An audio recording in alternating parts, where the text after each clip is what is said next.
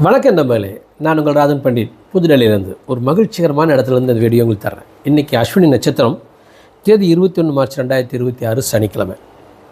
திருதிய தேதி அஸ்வினி நட்சத்திரம் மேசராசி. எப்படி இருக்கும் எல்லா ராசிக்கும்? ஃபஸ்ட்டு மேசராசிக்கு கவலைப்படலாம், யோசிக்கலாம், ஏதோ தப்பாக நடந்துருமோன்னு உங்கள் மனதில் தோணும். ஆனால் எதுவுமே நடக்காது. ரிலாக்ஸாக இருங்க. Just career, you can be successful.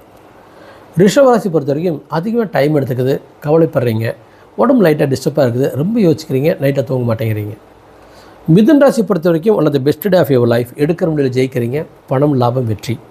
கடராசி பொறுத்த வரைக்கும் தொழிலில் one of the best day, பணத்துக்கும் கூட.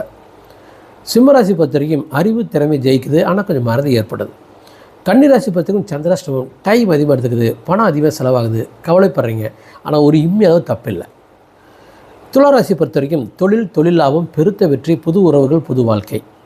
விருச்சிகராசி பொறுத்த வரைக்கும் தொட்டதெல்லாம் தொடங்குது, மார்வல்ஸான நாள், மிகப்பெரிய வெற்றிகரமான நாள். கடன் கவலை எதிரி கண்ட்ரோல் பண்ணலாம். தனுராசி பொறுத்த வரைக்கும் கவலைப்படுறீங்க, ஆனால் தொழில் வெற்றி, லாபம் நிச்சயம். மகராசி பொறுத்த வரைக்கும் கொஞ்சம் நிம்மதி கேடு, கவலை, சந்தோஷமாக இல்லை, ஆனால் இட்ஸ் ஓகே, மேனேஜபிள். கும்பராசி பொறுத்த வரைக்கும் one of the best day of your life. எடுக்கிற முடியல ஜெயிக்கிறீங்க, தொழில் வெற்றி, தொழில் லாபம் மிக அருமையாக இருக்குது. மீனராசி பொறுத்த வரைக்கும் செல்வம், செல்வாக்கு, அந்தஸ்து, மரியாதை, புது விஷயங்கள், புது நண்பர்கள், புது உறவுகள், one of the best day of your life.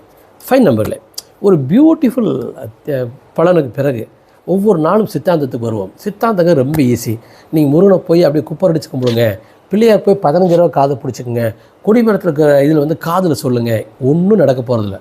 உங்கள் மனதில் என்ன இருக்குதோ அதை அடைய போகிறீங்க. மனது நிறைய சந்தோஷத்தை விதைங்க. உங்களுடைய தோட்டத்தில் என்ன பண்ணுவீங்க?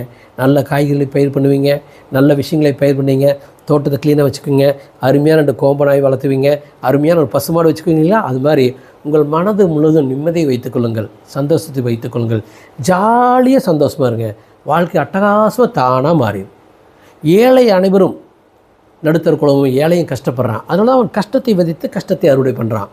பணக்காரன் சந்தோஷத்தை விதைத்து சந்தோஷத்தை அறுவடை பண்ணுறான். நீங்களும் சந்தோஷத்தை விதைங்க, சந்தோஷத்தை அடைங்க. நன்றி மேலே.